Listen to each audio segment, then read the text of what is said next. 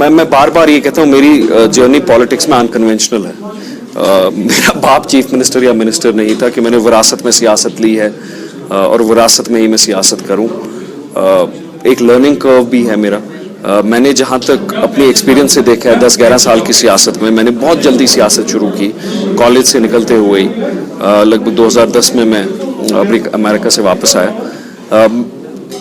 मैंने personally witness किया है कि यहाँ पे मेन स्ट्रीम, जो ट्रेडिशनल मेन स्ट्रीम है, उनकी नीयत क्या है, उनके अमाल क्या हैं और कितना उनके कौल और फ़ैल में तज़ाद है. और ख़ासकर हम ये तो अचीव करें कि हम अपने बच्चों को उस इस्तेसाल में न धकेलें जिसमें जो हमें डील करना पड़ा, जो हमारे वालिदैन को उससे डील करना पड़ा. I think the time has come to start a new chapter for Jammu and Kashmir. और I think Apni Party is that leaf in that book कि ये this is the new beginning for the polity of Jammu and Kashmir, जहाँ एक clean pragmatic practical politics हो. ये कोई assembly seat लड़ने वाला या वार्ड सीट लड़ने वाला ये ना कहे कि मुझे वोट दीजिए मैं 370 वापस लाऊंगा. वो ये बोले कि मुझे वोट दीजिए मैं आपके रोज़मर्रा के मसाइल हल करूंगा. जो बड़े सियासी मसले मसाइल हैं वो बड़े फोरम्स पे रिप्रेजेंट होंगे.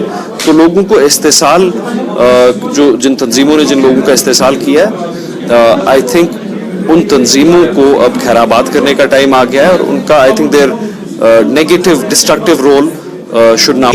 पीएजीडी 370 या 35 या स्टेटहुड के लिए इकट्ठे नहीं हुई है. पीएजीडी एक अलायंस ऑफ गिल्ट है.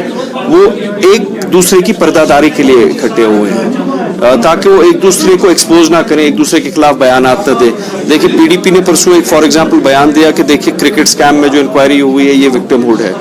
2-3 साल तक पीडीपी ही बयान दे रही थी कि डॉक्टर फारूक अब्दुल्ला को जेल में ले जाइए. जब इंक्वायरी शुरू हुई बोला नहीं वो पुराने सारे बयान भूल जाइए. तो इनमें बहुत कॉन्ट्रडिक्शंस हैं.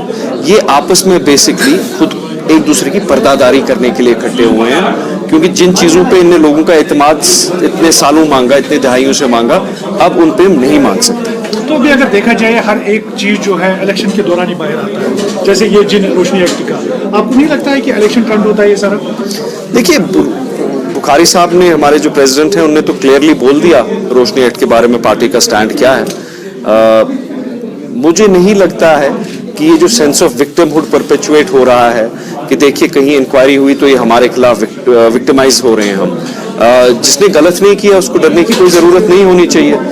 जिसने कहीं गबन नहीं किया, धोखाधड़ी नहीं की, झूठ नहीं किया, तो उनको डरने की क्या ज़रूरत है. सर आखिरी सवाल है मेरा, आप पर इल्ज़ाम आयद किया जाता है कि आपने रिगिंग की है उधर इलेक्शन में, जो भी मेरे इलेक्शन में काफ़ी ज़्यादा गहमा-गहमी वहाँ पर थी. देखिए वो वीडियोग्राफी होती है पूरे सेशन की. मजिस्ट्रेट्स के सामने इलेक्शन हुआ, एसपी के सामने हुआ, गवर्नमेंट ऑफिसर्स, सेक्रेटरी, कमिश्नर के सामने हुआ.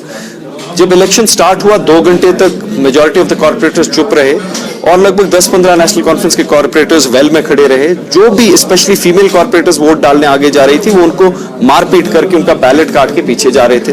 बैलेट पेपर काटना एक नॉन बेलेबल ऑफेंस है. वीडियोग्राफी की एविडेंस हम कोर्ट में सबमिट करेंगे. इस बार पहली बार एसएमसी में कानून में तरमीम हुई थी. वो सीक्रेट बैलेट नहीं था, ओपन बैलेट था कि आप किस कॉर्पोरेटर ने कैसे किसको वोट डाला, दैट इज ओपन.